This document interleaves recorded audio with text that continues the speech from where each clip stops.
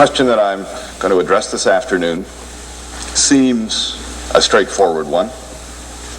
What will happen to San Francisco in the event of a specified nuclear attack? What will happen to its people? What will happen to its physical environment? What will happen to its biological environment? What will happen to its structure of medical care? Hiroshima was 12.5 to 15 kilotons.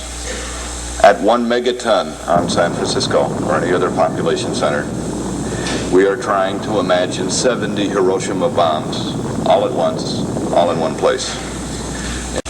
Let me turn first to the specifiable events. A single explosion, an airburst at 7,000 feet over downtown San Francisco in the fall, on a clear day, a working day, let's say a Monday, in dry weather, at about 3 o'clock. In short, let's say today, now, at this moment. I draw your attention to the map. That first circle, this is for 1 megaton airburst, remember, with a radius of about 1.5 miles, is an area in which the overpressures are 20 pounds per square inch, which will destroy everything. Winds are 500 miles an hour.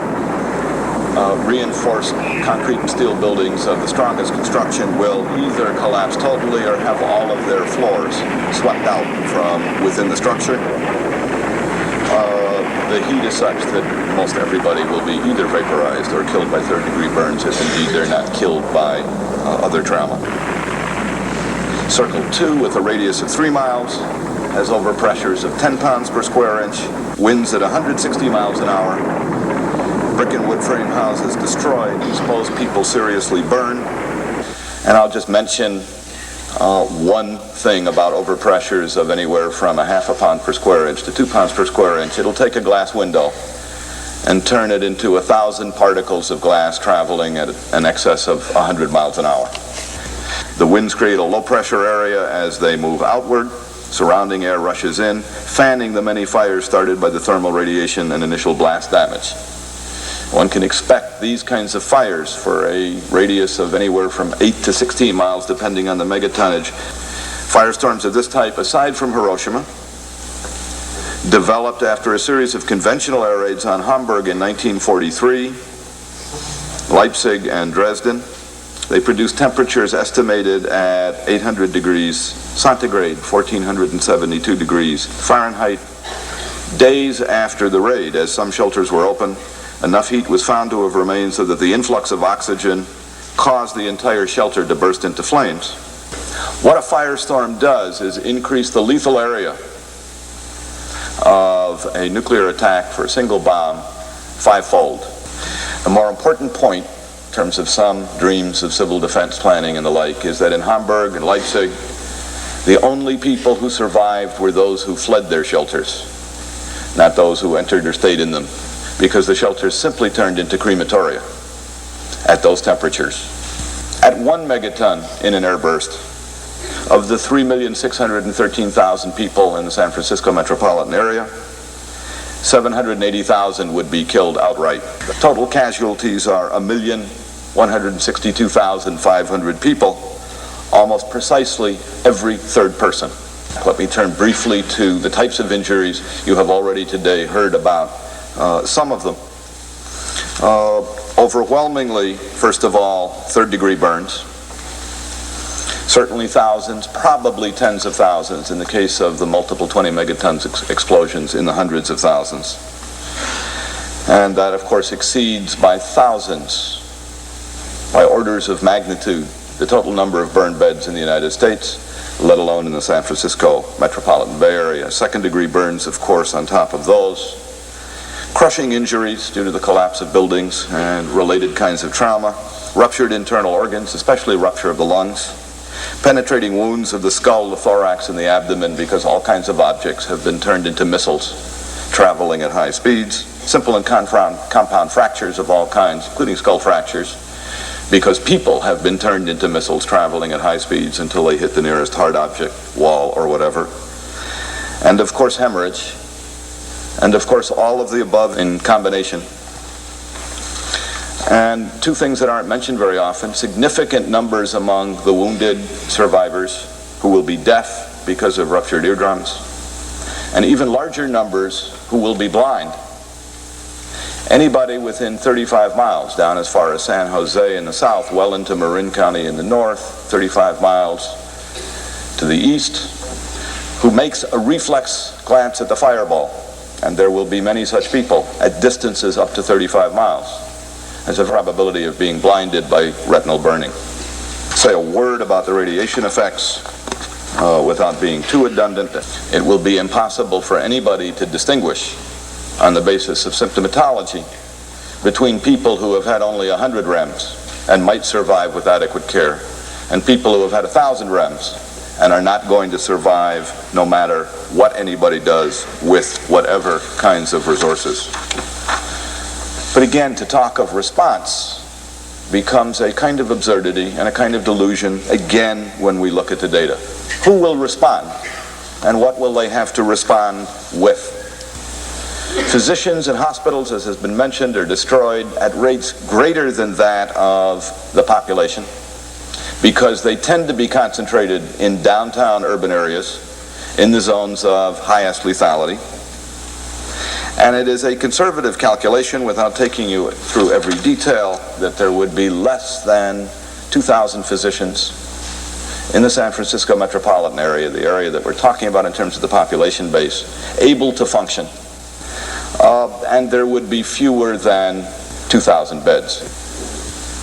If every physician spent only 10 minutes on the diagnosis and treatment of each patient and worked 20 hours every day, at 1 to 1,000, it would be 8 days before every injured person is seen for the first time by a physician for 10 minutes. But there is a further dimension in which this estimate is meaningless, because it is talking of physicians or other health workers working without equipment, without diagnostic aids, without laboratories, without therapeutic resources, without blood or plasma, without caches of blood supplies, or any of the other things that are needed for contemporary medical management of trauma, burns, or even lesser injuries. So the effectiveness of that 10-minute diagnostic and therapeutic visit is likely to be almost zero. You must remember that there will be no electric power, there will be no water, there will be no transportation system. Most of the buildings and streets and geography and terrain will be unrecognizable. There will be no organized systems of communication. And I remind you, in the scenario we are describing, there is no probability of help from outside. What this means, in sum, is that most of the seriously injured persons will never see a physician or other health worker, even for the simple administration of narcotics for their pain, before they die. And it seems to me highly probable that the survivors will envy the dead. The only true meaning of survival in complex urban industrial societies is not mere biological survival, it is social survival. The biological survivors, in fact, have in all probability merely postponed by days, weeks, months, at most a few years, their deaths from secondary attack-related causes. Some conclusions. There is no survival in any sense of that word that has social meaning from a nuclear attack. Mass evacuation provides no rational basis for planning for survival. I testified not long ago before a Senate hearing at which the successors to that set of Office of Civil Defense Mobilization people, now called the Federal Emergency Management Program, testified, and they said cheerfully, for a specifiable nuclear attack, that they already had plans that would take care of 7% of the population, and if they were just given enough funding and a little time, they could work out plans to protect up to 80% of the United States population in the event of an all-out nuclear exchange. One of the senators asked them what technique they had in mind, and they answered mass evacuation, of course. And they were asked how long notice would they require to effect such a plan successfully, and they said only 8 days. It is my belief that any physician who even takes part in so-called emergency medical disaster planning specifically to meet the problem of nuclear attack, any physician who even takes part in such an activity is committing a profoundly unethical act.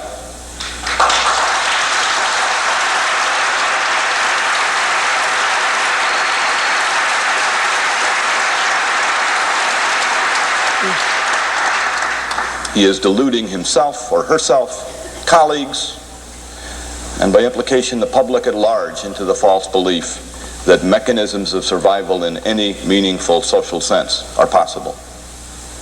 But there is a positive responsibility as well as that negative one, I think, and that is the obligation to assess these data, to inform, to instruct. I think the time is limited. I think the responsibilities that we face are awesome. I welcome your participation in this conference as a first or continuing step in the assumption of those responsibilities. Thank you.